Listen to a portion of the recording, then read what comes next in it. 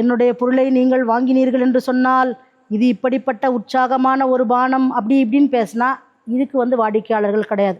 இப்போ மொழியை நம்ம ரொம்ப சரியாக கையாளணும். கஸ்டமர்ஸ்க்கு புரியும் மொழியில் பேசணும். இதுதான் ஃபஸ்ட்டு பாயிண்ட்டு. அப்போ உங்களோட வட்டார வழக்குகள் எது வேணா இருக்கலாம், நீங்கள் வெவ்வேறு டிஸ்ட்ரிக்டில் இருக்கவங்களா இருக்கலாம், அது வந்து அங்கே பிரச்சனை கிடையாது. ஆனால் உங்கள் கஸ்டமர்ஸ்க்கு புரிகிற மாதிரி மொழியில் பேசினா மட்டும் போதும். அங்கே வந்து உங்களை யாரும் நீங்கள் என்ன இப்படி பேசுகிறீங்கன்னு சொல்ல மாட்டாங்க. அதே புரியாத மாதிரி ஒரு மேடையில் ஏறி நின்று பேசுகிற மாதிரிலாம் பேசினா தான் வேணாம் அவங்க ப்ராடக்ட்டும் டூப்ளிகேட்டு ஆளும் டூப்ளிகேட்டு அப்படின்னு ஓடிடுவாங்க. இதே இடத்துல உங்களுக்கும் தமிழ் தெரியும், உங்களுக்கு எதிர்க்க இருக்கவங்களுக்கும் தமிழ் தான் தெரியும்னா உங்கள் ப்ராடக்டை நீங்கள் தமிழில் விற்கிறத விட்டுட்டு that is this product that product come product அப்படின்னு சொல்லி நிறைய பேர் பேசுவாங்க. அதில் வந்து இங்கிலீஷும் இருக்காது, சரக்கும் இருக்காது. பட் அங்கங்கே ஒரு பொருளை சொல்கிறதுக்காகவே நான் வந்து ஐ எம் டூயிங்